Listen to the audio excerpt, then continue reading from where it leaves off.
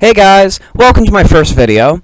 This will be about how to install PCSX2 on a low-end computer, like a Acer or a ThinkPad, something along the lines of a non-gaming computer that will at least run some decently heavy programs. So to get us started, all you gotta do is go to the PCSX2 website, and from there you just download their installer. And then once you get the installer opened, you just open it up and then let that thing go. Once you have everything all installed and the actual app is set up to your desktop, then all you gotta do is open up PCSX2 and go into the graphics and driver settings. So once you go into the driver settings, you need to make sure that all your drivers are set up properly. Like, I used to have this big problem where my drivers just wouldn't be set up properly every time I would open it, because I hadn't set it up properly when I first started using it. So to avoid that, just make sure that all your drivers are right, like that your disk drive is selected right and all that. A lot of them say like GDX and stuff on mine, so I assume that those are the same on yours, because usually they use close to the same drivers and stuff on these computers. But if you have like a higher end PC, all the stuff's going to be completely different. So you might have completely other different problems of the drivers, just you having to download them and stuff or something, and then add them into the files from that. Yeah. So from there, once you have all your drivers set up, all you got to do is just go into the graphics settings. This is like our main problem. So the graphics settings need to be just so perfect for your computer to handle them properly.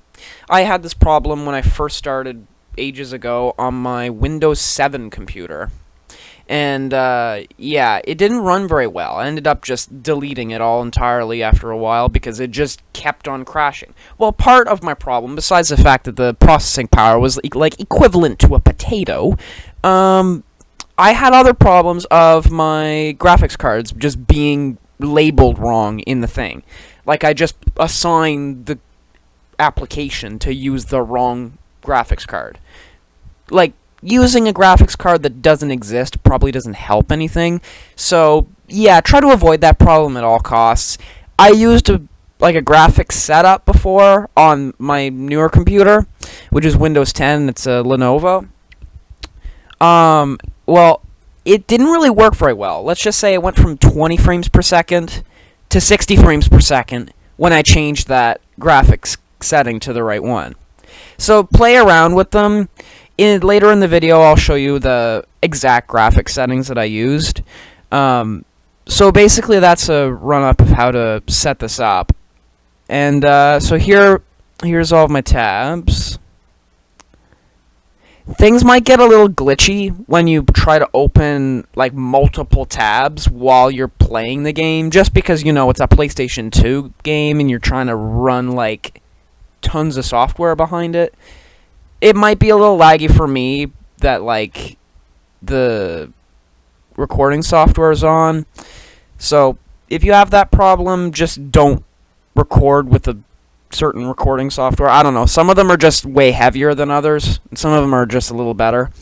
The one that I'm using is kind of like the fastest recording software. But yeah, never mind that. So basically, here's all my settings. Don't even mess with that last one that I just showed you, because that one's kind of useless. Like all the hacks for different things, like Guitar Hero, guitar hacks, and all that. Just turn them all off, because having it look for them is just a waste of processing power. And if we go into our settings here, this will show us all of our graphics settings and such.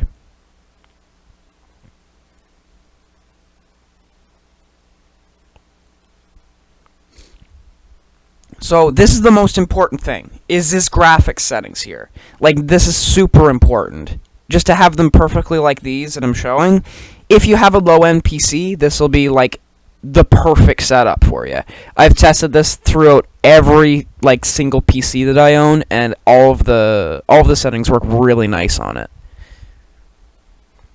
And our sound settings don't really matter. Like, when I changed my sound settings, it didn't do anything different really. Like, all it did was lowered the sound quality, but my FPS just stayed the same. And my processing power was all going to the same place anyway, so it really didn't make a difference if you have a good setup for that or not. So yeah, that's basically my tutorial, is if you just go through and would look through those again, you would see all of my settings if you missed them. Sorry if I was fast, but yeah.